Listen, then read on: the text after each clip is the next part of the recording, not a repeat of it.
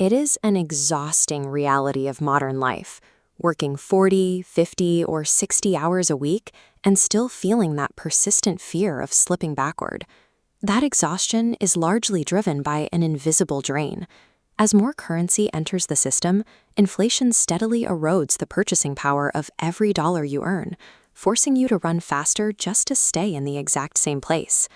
Most people find themselves trapped here not because they lack math skills, but because they are operating blindly, reacting to bills and expenses in a continuous loop without a formalized plan. Breaking that loop requires a specific intervention, a 90-day protocol designed to halt the financial bleeding, structure your cash flow, and reclaim your autonomy. Surviving the pressure of the modern economy requires a mechanical overhaul, a deliberate 90-day restructuring of exactly how capital moves through your life. The first 4 weeks act as a triage phase. It begins with the uncomfortable exercise of pulling your last 3 months of bank and credit card statements to honestly assess exactly where your capital is flowing. Categorize every dollar spent into 3 buckets: fixed survival, discretionary wants, and debt obligations. By week 2, target the lowest hanging fruit. Identifying unused subscriptions or excessive ride shares lets you slash $300 to $400 a month without altering your core living situation. Week 3 introduces automation. You route 10% of your paycheck directly into a high-yield savings account or investment vehicle before that money ever has a chance to hit your primary checking account. By week 4, you confront toxic consumer debt. Carrying a balance on a credit card with a 21% interest rate acts as a massive mathematical roadblock to accumulating wealth, making aggressive repayment a mandatory objective. Mathematically stopping the bleeding while automating your savings eliminates the daily friction of financial decision-making. The system takes over, removing human error and emotional fatigue. Phase 2 shifts your posture to defense, building a cash buffer to a critical 4-digit threshold, a $1,000 emergency fund. Currently, 59% of Americans lack liquid cash to cover a $1,000 emergency. Securing this baseline provides immediate stability and a massive psychological victory. Week 6 is about building a wealth-generating machine through investments. To understand where to allocate capital, we can examine historical returns of different asset classes over the last 100 years, starting with fine art. We can compare art's performance against precious metals and other physical commodities, which are historically held as stores of value. We must also weigh those physical assets against the historical yields of United States Treasury bonds. What the data clearly shows is the historical superiority of equities. Over the last century, the stock market has consistently outperformed all other assets in generating long-term capital gains. As this data tracker shows, participating in that market yields results. The most direct application of this strategy is buying an S&P 500 ETF to passively capture the market's historical 8 to 10% average return. Weeks 7 and 8 pivot entirely toward active growth. You intentionally work to level up your income streams, whether through negotiation or side hustles, while committing to rigidly defined, written savings goals. This fortification phase effectively insulates you from immediate disaster while simultaneously activating a mathematically proven engine for compounding wealth. Entering phase 3, the focus shifts. You move from building the structure to mastering it, leveraging advanced financial mechanics. Week 9 tackles the mechanics of credit cards. They act as a highly effective tool for free travel and rewards if you maintain strict discipline, but serve as an expensive trap if you lack the cash to pay off your balance. Week 10 introduces the ultimate financial scoreboard, calculating your total net worth. The equation is straightforward. You tally the total value of everything you own, your assets, and subtract the total of everything you owe, which are your liabilities. The final 2 weeks demand a deep reassessment. You analyze your spending from the past 2 months to patch any remaining leaks and outline highly ambitious stretch goals for the next 1, 5, and 10 years. Completing this final phase marks a definitive transition. You are no longer merely surviving week to week. You are strategically engineering your financial future. By the end of the 90 days, the external economy remains identical. Inflation still exists and daily life is still expensive, but the individual navigating it has undergone a complete operational shift. The crushing weight of financial anxiety is replaced by a quiet sense of control. Your survival system is now running automatically in the background. Immense wealth is rarely built overnight. It is the direct result of applied consistency, mathematical discipline, and an unwavering long-term vision.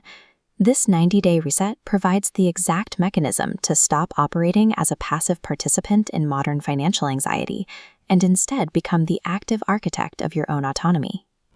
Okay, so why is it that we struggle so much with money? I mean, seriously, think about it for a second. Most of us go to school for years. We learn all these incredibly complex skills. We work so hard at our jobs. And yet, the thought of just managing our personal finances often feels overwhelmingly difficult.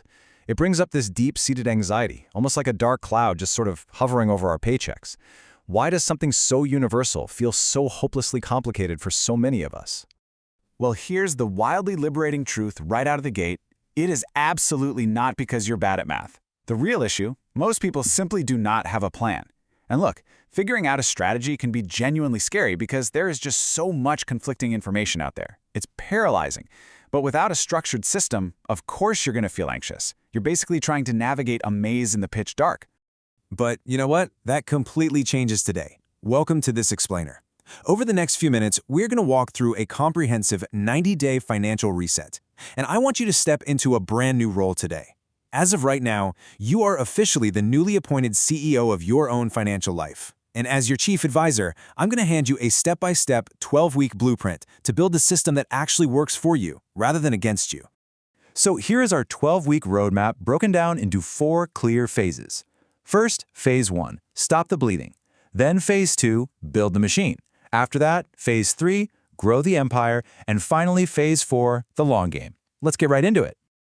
All right. As the CEO of your life, we need to start thinking exactly like a successful business. Think of your local McDonald's. They know intimately, literally on a daily basis, what their revenue, expenses, and net profit look like. We are going to instantly demystify personal finance by doing the exact same thing. Your revenue, that's your income. Your expenses are your spending. And whatever's left over at the end of the day, your net profit, that's your savings. It really is just that simple. Okay, let's dive into this with phase 1, stop the bleeding. This covers weeks 1, 2, and 4. To stop the bleeding, your very first task as CEO is to pull up your last 3 months of bank statements, credit cards, literally everything, and categorize them. Look, before we can fix anything, we have to get painfully honest about where your money is actually going. Take this hypothetical budget, for instance. This person is spending $4,650 a month. Now, rent is tough to change quickly, but look closer. They're dropping $225 a month just on Ubers. Why? Maybe it's just out of habit. If you target a 10 to 30% reduction in these discretionary categories, like, cutting out those Ubers or simply spending 5 minutes comparing car insurance rates, you can easily carve out $400 of monthly savings. That is $4,800 a year right back in your pocket just by paying attention. Now, what's really interesting about this next piece is how urgent it is. Week 4 is an absolute emergency, attacking consumer debt. 21%. That is the average annual percentage rate, or APR, on a credit card today. Carrying a balance at that interest rate is a full-blown financial emergency. It's a leak in your business that will absolutely sink the ship if you don't address it right now. But wait, here's a massive quick win. If you've got a $2,500 balance, simply overpaying your monthly requirement by just $75 will shave 8 entire months of payments off your timeline. Better yet, make a 5-minute phone call to your credit card company and literally just ask them to lower your rate. Point out that you've been a loyal customer, mention some competitor rates. The worst they can say is no, right? But if they say yes, you get an instant return on your investment and save hundreds in interest. Moving right along to phase 2, build the machine. This covers weeks 3, 5, and 9. We're moving from financial defense to automating your daily operations. And this brilliantly illustrates our week 3 strategy. We're setting up an automated flow so you don't even have to think about making the right choices anymore. Step 1, your paycheck hits your checking account.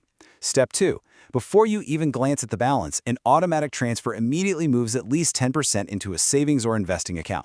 Step 3, you live off whatever is left over. By paying yourself first, you entirely remove the behavioral friction and the temptation to go out and spend your net profit. It's kind of like a 401k, out of sight, out of mind, out of your spending habits. Now, you might be wondering, where exactly should that automated savings go first? Well, consider this pretty staggering statistic. 59% of Americans cannot afford a $1,000 emergency expense. If the car breaks down or a random medical bill pops up, boom, they go straight back into that 21% credit card debt we just talked about. We absolutely have to bulletproof your life against this. Which brings us to week 5. Your goal here is to secure what we call the $1,000 psychological win. Crossing that 4-digit barrier in your bank account provides such profound peace of mind, you have no idea. You're going to want to park this emergency fund in a high-yield savings account, which, right now, can easily earn between 3.8 to 4% interest. That is literally free money working for you.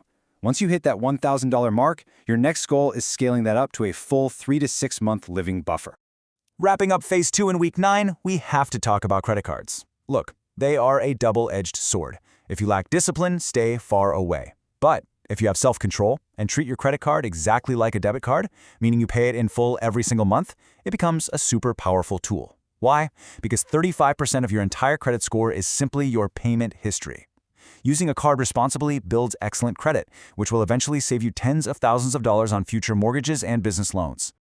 All right, energy up because it's time for phase 3, grow the empire. This takes us through weeks 6 and 7. In week 6, we tackle investing. You know, if you ask people on the street, they'll usually guess that real estate or gold are the best ways to build wealth. But looking at the past 100 years, stocks have historically delivered a 5.2% real average return, compared to real estate sitting at just 3%. To tap into this, your strategy is actually incredibly passive. Just open a brokerage account and automate your money straight into an S&P 500 ETF. You are essentially buying a tiny slice of the top hundreds of U.S. companies all in one go. You set it, you forget it, and you let the market compound your money over the decades. Now, compounding is great, but it takes time. So week 7 focuses on what you can control right now, leveling up your income. Look, frugality has a limit, right? You can only cut your expenses so much, but your earning potential, that is quite literally limitless. So formulate a game plan. Ask for a raise to combat inflation. Start a side hustle, flipping items, or maybe freelancing. Dedicate your weekends to learning a high-income skill like coding or sales. Or honestly, consider job hopping. Strategically moving companies every couple of years is often the fastest possible way to see a 30 to 40% bump in your salary. Let's move to our final section and see how this all builds together in phase 4, the long game. This covers weeks 8, 10, 11, and 12. Okay, so you've done the heavy lifting to build these habits, and now it's about establishing strategic tracking and looking at the horizon. In week 8, your task is incredibly simple but so potent. Define and physically write down a specific savings goal for the year. Maybe it's hitting $8,000 in your emergency fund. Research by psychology professors actually shows that clearly defining, writing down, and sharing your goals increases your likelihood of achieving them by a massive 42%. Seriously, don't just think about it, write it down and tell somebody. So, the crucial point here is knowing exactly how to keep score. In week 10, we start tracking your net worth. And your net worth is simply the total value of your assets, like your home, your investments, your cash, minus your debts and liabilities, like a car loan or those credit cards. If you have $125,000 in assets, but you owe $30,000, your net worth is $95,000. Start tracking this metric every single quarter. Watching this number grow over time is unbelievably motivating. Then, in week 11, we do a quick reality check. It's been about 8 weeks since you initially slashed your budget. You're going to sit down and take just one single hour to review your past 2 months of spending. Have your discretionary expenses slowly crept back up? Are there any sneaky new subscriptions in there? We just want to make sure no new financial leaks have sprung up in your ship. Reassess, plug any holes, and keep moving forward. And finally, we arrive at week 12. You've completely reset your system. Now, we map out your stretch goals. Create a highly actionable roadmap with 3 distinct milestones. What do you want in 1 year? Maybe it's saving 10 grand. In 5 years, perhaps it's buying a property or finally launching that business. In 10 years, achieving total financial independence. Take those massive, exciting goals and break them down into bite-sized monthly savings targets. Look, this 90-day reset is absolutely not meant to be easy. But if you treat your life like a business, if you automate your savings and aggressively tackle your debt, you are going to be in total, unshakable control of your money. Wealth isn't built overnight. It is built through consistency, discipline, and a long-term vision. So I'll leave you with this one question to think about. Now that you actually have the